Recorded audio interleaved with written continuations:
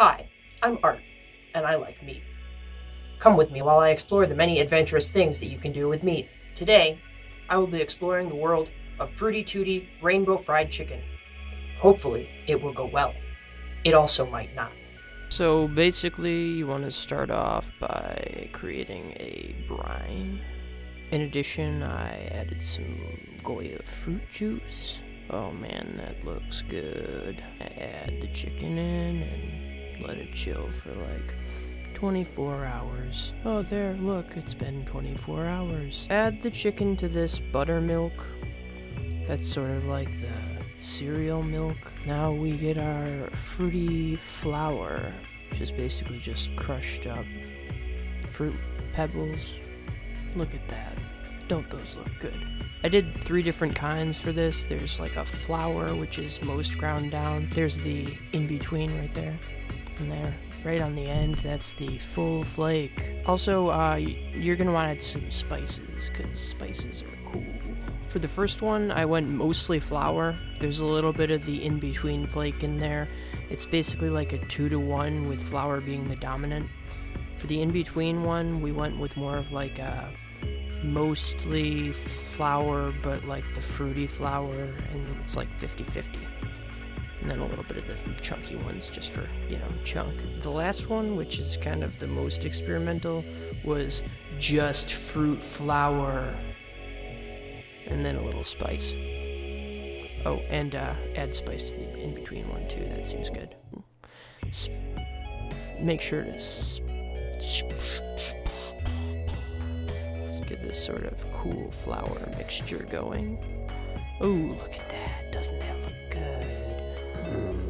This is definitely the one that's closest to actual fried chicken, with it just like little bits of chunk in there. Oh, look at that, fruity footage.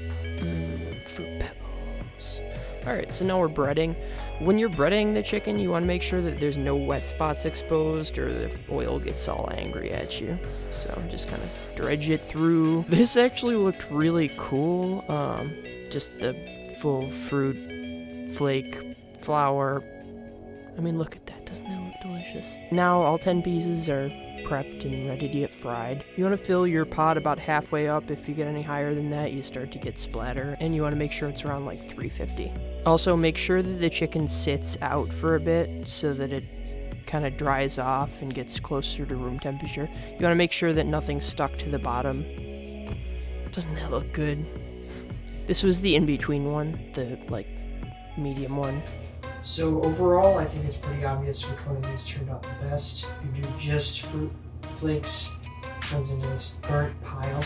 Not ideal. If you do a 50-50 mix, you get a little bit more burning because of the sugar content. Hopefully it tastes alright, we'll see. The best, hands down, is just a touch of the fruit flakes, and then just traditional fried chicken other than that. I don't think I'll take much more than a bite of this. It looks pretty disgusting. It's kind of burnt. Let's see what it tastes like.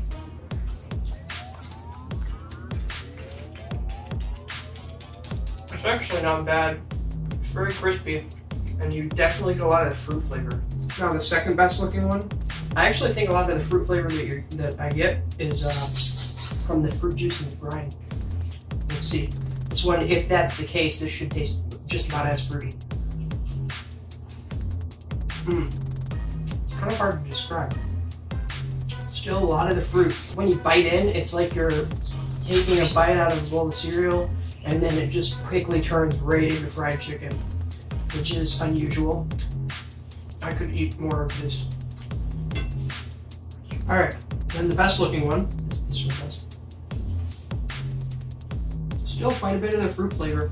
I think dusting it with it at the end really helps. This, definitely a success. You get the sort of rainbow look that I was going for. You get the fruit flavor, and it's still just good fried chicken. These ones, not so much. Definitely not that one. Even though it tastes alright, it looks terrible. It's so burnt.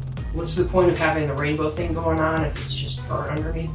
But this one, it has that nice kind of flaking, and it still tastes good.